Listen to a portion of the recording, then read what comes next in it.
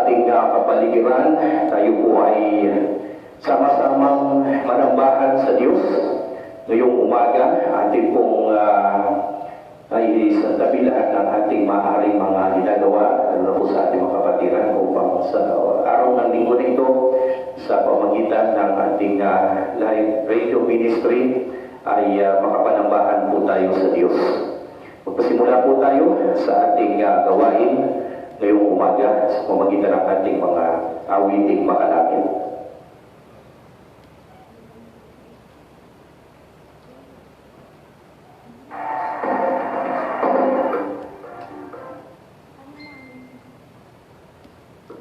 Tayo po ay dumalangin sa Diyos.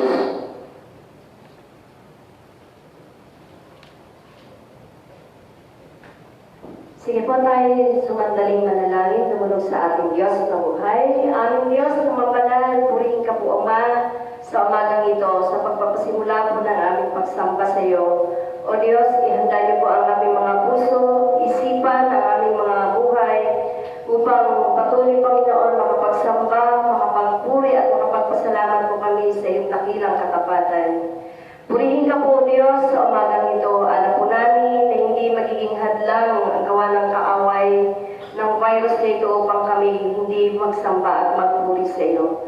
Patnubayan mo po, Diyos, ang kabuuan ng programang ito at patuloy na ihanda niyo po ang buong kapatiran sa pagpupuri at pagpapasalamat sa inyo sa kabila ng nasa kanilang tahanan at anumang po ang ginagawa.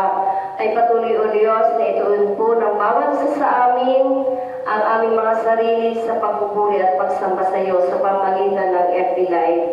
Tulungan niyo po kami na ang bawat pamilya at ang bawat tahanan ay mag-ipon-ipon upang patuloy na makinig ng iyong mga salita, makapagpasalamat sa pamamagitan ng iyong mga pangungusap ng iyong banal na Espiritu. At patuloy, O Diyos, manahan ka sa puso ng buhay ng bawat isa, Panginoon. Salamat po, Diyos, na maraming po sa iyo. Sa iyo po ang lahat ng papuri at salamat sa lahat po ito sa pamamagitan ng iyong banal na Espiritu at ng iyong anak na si Jesus. Amen.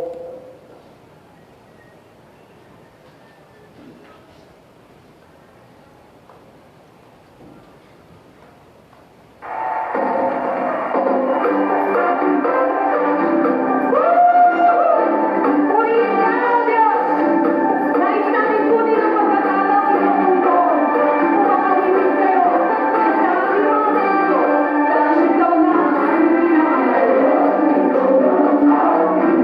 you.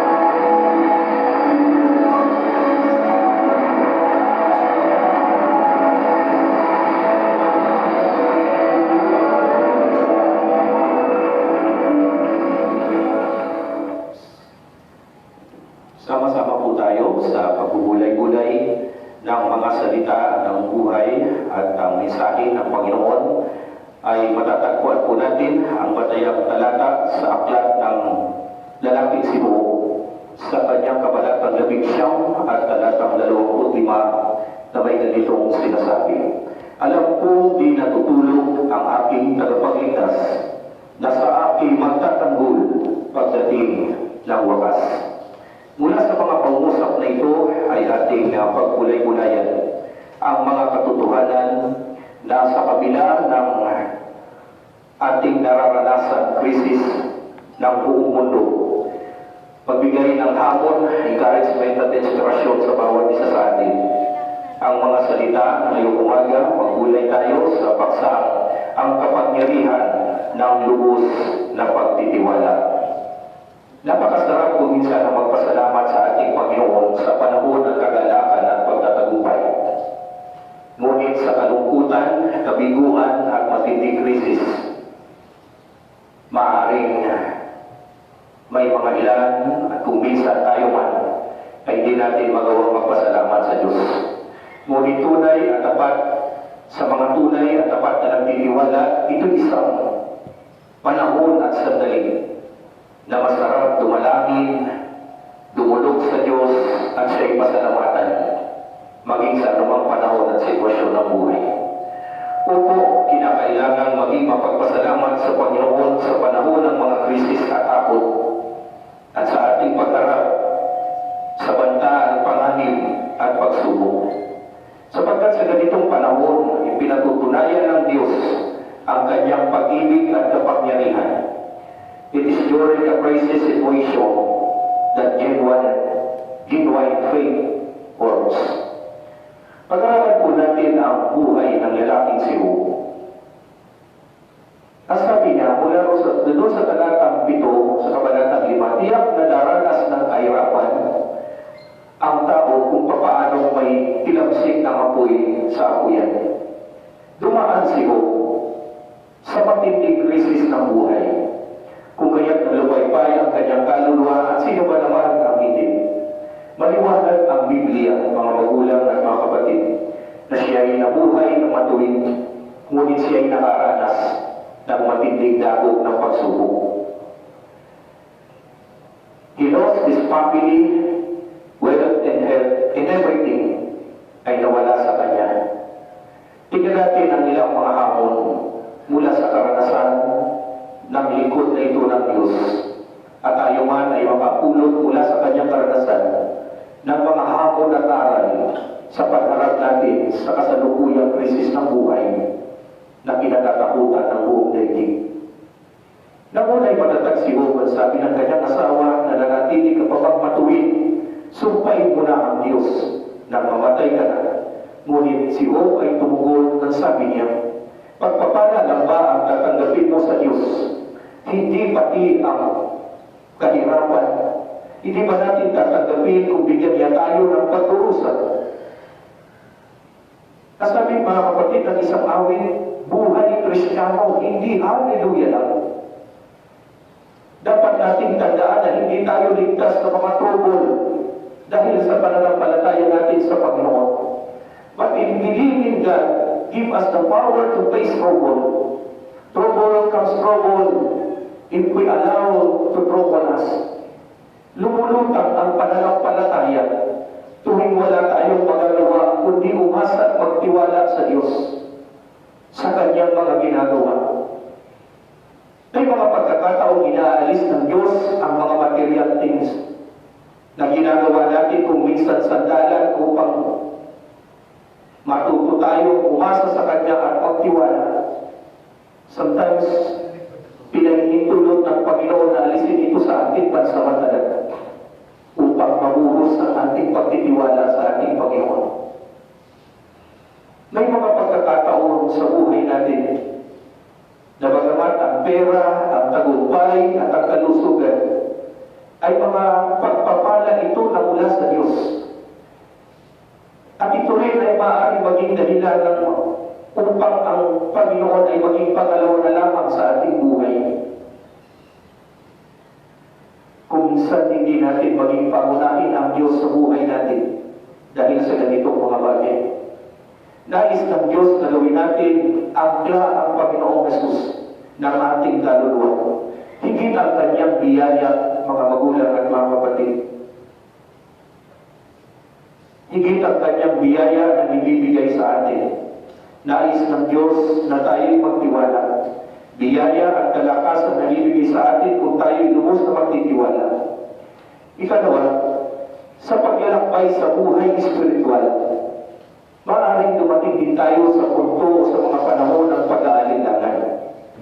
Tayong lahat ay naglalakbay sa espiritual. At sa paglalakbay na ito, tiyang nadarating tayo sa tinatawag na Down Avenue. Ang sabi ng dalawang manunulat, life is doubt and faith without doubt is nothing but death. Faith is doubting your doubts.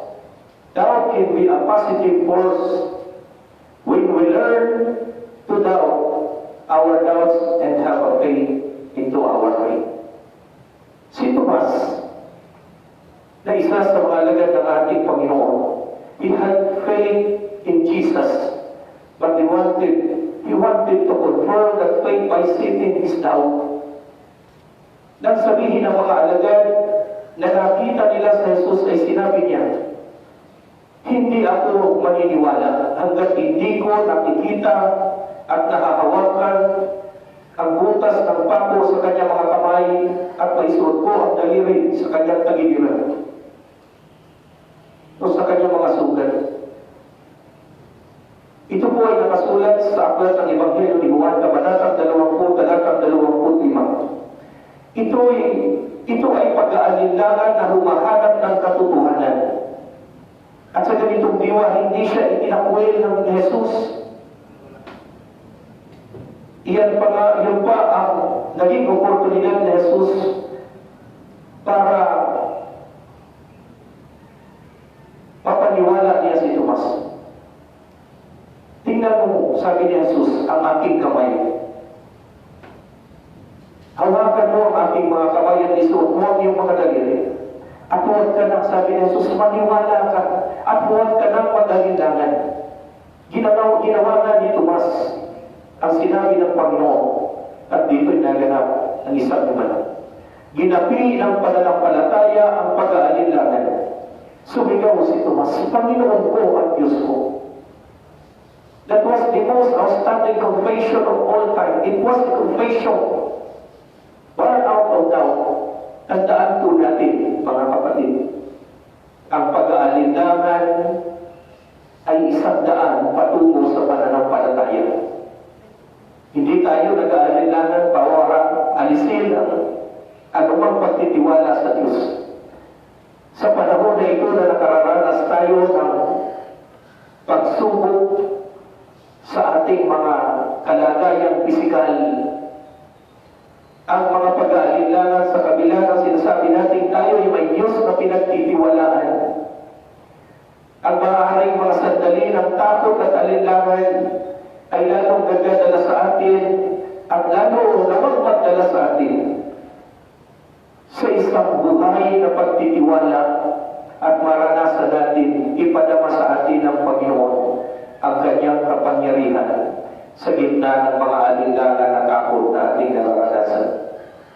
Kung nagtiwala si Job, higit na magagawa rin natin. Bakit? Sapagkat sinagot ng bagong tipan ang lahat ng mga katanungan ni Job sa buhay. Nangarap si Job ng tagapamagitan sa Diyos at sa Kanya. Ang sabi niya sa talatang 33 ng 9 na kabanata, sa aming dalaway walang pamagitan upang alita namin ay kanyang mahatulan. At ang lahat ng kanyang katanungan, itong katanungan na ito'y sinagot ng 1 Timothy 2:5 nagsasabi, may isang Diyos at may tagapamagitan sa Diyos, walang iba kundi ang taong si Kristo Jesus. Nagtanong si Job kung ang tao'y mamatay, siya kaya ay muling mabubuhay.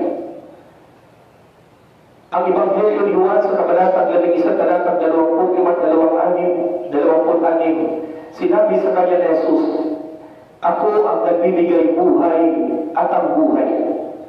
Ang sino mang sumasampalataya o naman pamatay ay muli mabubuhay." Maraming tanong ang lalaking ito. Sinabi niya, "Mamatagpuan, saan ko matatagpuan ang aking tagapagligtas?" At sa pamagitan ni Jesus, sinabi sa 14 o sa 14 ng aklat ni Juan, "Ako ang daan, ang katotohanan at ang buhay. Walang makapupunta sa Ama kundi sa pamagitan ko." Sa kabila ng kanyang mga tanong, sumampalataya si Job at dahil doon, pinagkalooban siya ng Diyos ng biyayang higit pa kaysa dati. Katulad ni Job, mga magulang at mga kapatid, papagtatagumpayan din natin ang ating mga pag-aalinlangan, ang takot, gaano man kalaki ang mga iyon, o katindi ang krisis na ating nararanasan, sapagkat mas malaki ang biyaya at kapangyarihan ng ating Panginoon kaysa ating mga pag-aalinlangan at takot. Tandaan natin na ang biyaya at kapangyarihan ng Panginoon kailanman ay hindi madadaig ng alinlangan ng sinuman at pagtatakot ng sinuman sa atin. Ituon natin ang ating puso, ang ating paningin kay Jesus na siyang pinagmumulan ng ating pananampalataya. Maraming beses na sinabi sa banal na kasulatan, mga kapatid, huwag kayong matakot, huwag kayong mag-aalinlangan. Magtiwala tayo sa Diyos, patuloy nating maranasan sa panahon na ito na dumadaan tayo sa matitinding pagsubok at krisis ng buhay. Ang pagtitiwala ang hinihintay sa atin ng Panginoon. Dumalangin tayo sa Diyos na ipagkaloob sa atin ang lalo pang kasapatan ng ating pag-asa at pagtitiwala. Tandaan natin, ang kapangyarihan ng lubos na pagtitiwala kaya naigid ng kapangyarihan ng Panginoon ang lahat ng ating nararanasan ngayon sa ating mga buhay. Pagpalain po tayo ng Diyos sa kanyang mga mensahe at pagugulay-gulay ngayong umaga.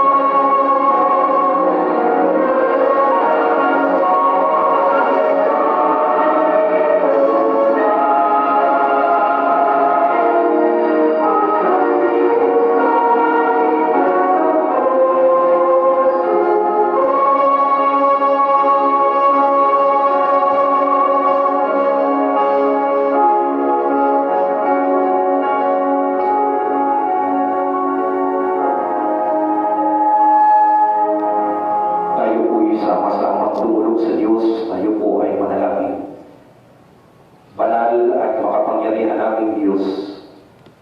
Nakatunghay kayo sa sandaigdigan sa bawat sandali.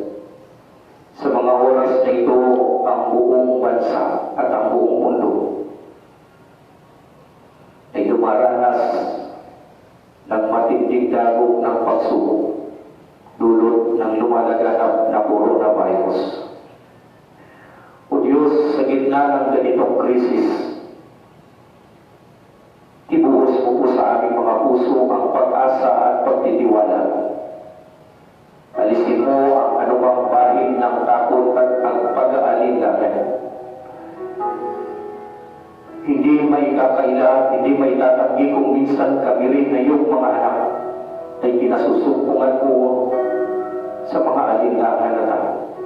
Ngunit salamat sa iyong pagpapaalaala na ngayong umaga sinariwa mo sa amin ang kapangyarihan ng pagtitiwala. Mabuhay kami sa pag-asa at pagkapit sa iyong kapangyarihan. Bawat sambahayan, bawat pamilya, bigyan niyo po ng kapayapaan at higit sa lahat ng iyong banal na proteksyon sa lumalaganap na virus na ito. O dakilang Diyos, ngayong umaga, sama-sama kaming dumadalangin sa iyo. Nagtataas ng aming mga pagsamba at pagpupuri. Sapagkat sa kabila ng mga pagsubok na ito, alam namin, Panginoon, na mayroon kang mga dakilang mensahe. Mayroon kang mga pagpapaalaala. Mayroon kang mga babala sa iyong mga anak at sa sandaigdigan na kaming lahat ay natututo sa bawat karanasan at ang bawat sandali ng ating mga buhay. Ang lumang karanasan ay nagtuturo upang kami lalong maging malapit sa iyong puso. Salamat, o dakilang Diyos, sa mga pagsubok na ito. Salamat sa bawat pagkakataon, Panginoong, mahayag ang iyong mga salita at ang iyong kapangyarihan sa buhay ng bawat isa. Pagpalain mo, Panginoon, ang bansang Pilipinas na kaming lahat, o Diyos, ay maprotektahan, o Diyos, ng iyong kapangyarihan. Pagpalain mo ang bawat isa, lalo na, Panginoon, ang may mga malihinang pangangatawan na huwag madapuan ang anumang uri ng mga virus na ito at makapabuhay ng ligtas, Panginoon. Pagpalain mo ang aming kapaligiran, pagpalain mo ang aming barangay, pagpalain mo ang aming mga kapatiran, pagpalain mo, Panginoon, ang bawat isa na kami, o Diyos, ay maligtas, makaingat at maningatan ng iyong kapangyarihan sa gitna ng ganitong paglaganap at mabilis na pagkalat ng virus sa bansang ito. Panginoon, purihin ka sa bawat pagkakataon. Aming dalangin, inyong katagpuin, o Diyos, ang bawat isa sa amin. Maranasan ng bawat pamilya ang inyong pagmamahal at biyaya, lalo na po sa mga dumaranas ng mga pagsubok sa buhay. Mga pamilya, Panginoon, na kung minsan ay nawawala ng kapayapaan, nawawala ng direksyon, dahilan sa iba't ibang pagsubok na dumadagog sa kanilang pamilya. Mga relasyon na wasak, mga anak at mga magulang na walang mabubuting ugnayan, mga tahanan na nagdaranas at nagdarahog, na nakaranas ng mga katapusan sa mga pangailangan material at pinansyal. O Diyos, mahabag po kayo sa kalagayan na ito ng aming bansa. Dagdag pa, Panginoon, ang aming mga takot na nararanasan sa kasalukuyan. Alisin mo po ang iyong mga anak, alisin mo kami lahat sa ganitong mga kalagayan. At turuan sa mabubuting layunin mo at mensahe ng kapanahunan ito. Unang ilang Diyos, dalangin po namin na kami ay lubos na makiisa sa programa at mga batas na pinaigiral sa kasalukuyang panahon ng aming pamahalaan. Tulungan mo kaming lahat, O Diyos, na madama ang pagdadamayan at pagmamalasakitan, lalong-lalo na po sa panahon na ito. Mangibabaw sa amin bilang mga mamamayang Pilipino ang pagmamalasakit malapit sa aming kapwa at ang pag-ibig. Purihin ka, O Diyos. Dakilain ka, Panginoon, sa bawat sandali. Dalangin po namin, Panginoon, na maging ang mga karamdaman pisikal, hindi man ito dulot ng virus, Panginoon, ay aming idinadalangin na sa mga oras na ito, ang kagalingan na nagmumula sa iyo ay patuloy nilang maranasan. Panginoon, kami po'y dumadalangin sa iyo na sa lahat ng aming mga kapatiran, hindi lamang, Panginoon, mga karamdamang pisikal, maging karamdamang espiritual, maging anumang mga krisis na nararanasan sa buhay. Idinadalangin din po namin sa iyo, O Diyos, ang mga kabarangay at mga kapatid po namin, Panginoon, na naroon pa sa iba't ibang uri ng pagkaalipin ng mga bisyo, lalong-lalo na po, Ama, sa ipinagbabawal ng mga gamot. Dalangin din po namin na masugpo ang lahat ng ito, Panginoon, sa bansang ito at sa bayang ito, sa barangay na ito. Idinadalangin po namin sa iyo, Panginoon, mangibabaw ang pagtatagumpay ng iyong kapangyarihan, mangibabaw ang takot sa iyo, Panginoon, ang lahat ng mamamayang Pilipino. Dalangin po namin, O Diyos, patuloy mo rin pagpalain ang iyong mga anak na maaaring nagdiriwang ng kanilang mga kaarawan, na mahirap sa mga panahon na ito ang mga pagdiriwang at pagtitipon-tipon. Ngunit ang maalaala nilang may Diyos na nagpapahirap ng buhay ay sapat upang kilalanin ka, at ang buhay na ito ay lalong kung pagpalain, Panginoon. Ganon din ang may anibersaryo ng kasal, gayon din ang may mga iba't ibang pangangailangan espiritual, gayon din, Panginoon, ang aming mga kapatiran na nandoon sa ibayong dagat, lalong-lalo na po, Panginoon, sa mga apektado ng coronavirus. Idinadalangin po namin ang kaligtasan nila sa iyong kapangyarihan, ay lubos kaming nagtitiwala. Marami rin po kaming mga kabarangay, mga kapatid na maaaring naroon pa sa mga affected na bansa ng virus na ito. Dalangin po namin ang iyong pagliligtas. Ama, salamat ngayong umaga. Pinapupurihan ka po namin. Pinasasalamatan ka namin. Niluluwalhati ka po namin. Sa iyo ang pinakamataas na karangalan at pagpupuri. Hinihiling namin ang lahat ng ito sa kapangyarihan ng Ama, ng Anak at ng Espiritu Santo. Amen. Amen.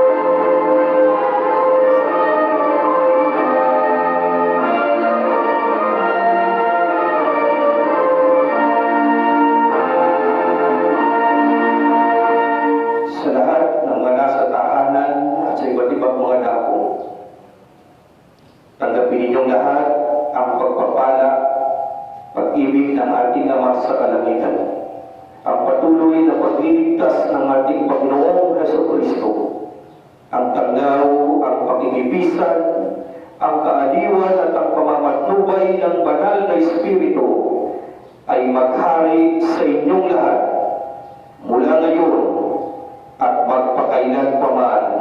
Amen. Amen.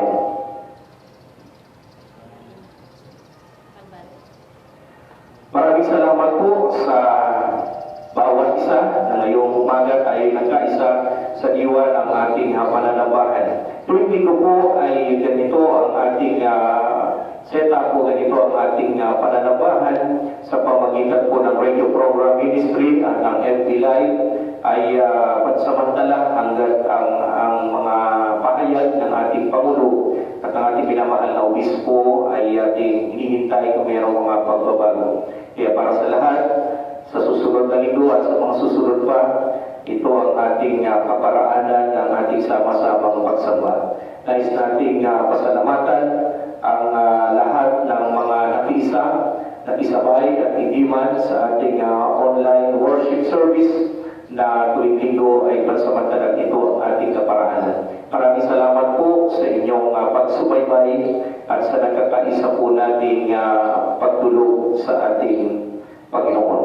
Purihin ang Diyos at maraming salamat din sa lahat ng ating naging katuwang dito sa radio program ministry.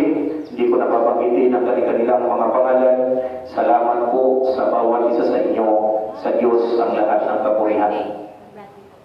Pagbati sa ating mga minamahal na mga kapatid na sumapit sa kanilang mga kaarawan. Happy birthday sa inyong lahat. Belated in advance, mga kapatid, sa lahat po ng nagsipagdiwang ng kanilang mga kaarawan. Enjoy lang, kahit hindi pwede ang mag-party, lumabas, ay magpasalamat tayo sa Panginoon. Ganun din po sa may mga anibersaryo. Happy anniversary po sa inyong lahat. At patuloy din natin pinag-aanyaya ang gawain na ito tuwing linggo. Ang gawain po natin ay pansamantala natin pinopostpone. Tuwing Miyerkules, sa ganap na alas 7 yung ating prayer meeting sa tahanan man, ay sabay-sabay po tayong magdaos ng mga family altar at pananalangin. Yung mga concern ay ipopost po natin sa ating mga messenger para ating pong sabay-sabay na idalangin. Announcement mula sa kapisana ng kababaihan, tuwing Lunes po ng alas 6, lahat ng kababaihan ng Tamos Sheville Church ay sabay-sabay na magdaraos ng kanilang mga prayer sa tahanan lang po ninyo gaganapin. So tayo ay nag-a-adjust ngayon sa mga sitwasyon at pinaalala lang po natin sa ating kapaligiran na may curfew po tayo at sundin lang po natin ang lahat ng mga ordinansang pinairal sa ating barangay at ito naman po ay para sa ating kaligtasan, para sa ating ikabubuti. Maraming salamat sa inyong lahat. Pagpalain po tayo lahat ng ating dakilang Panginoon. Dakilang Diyos.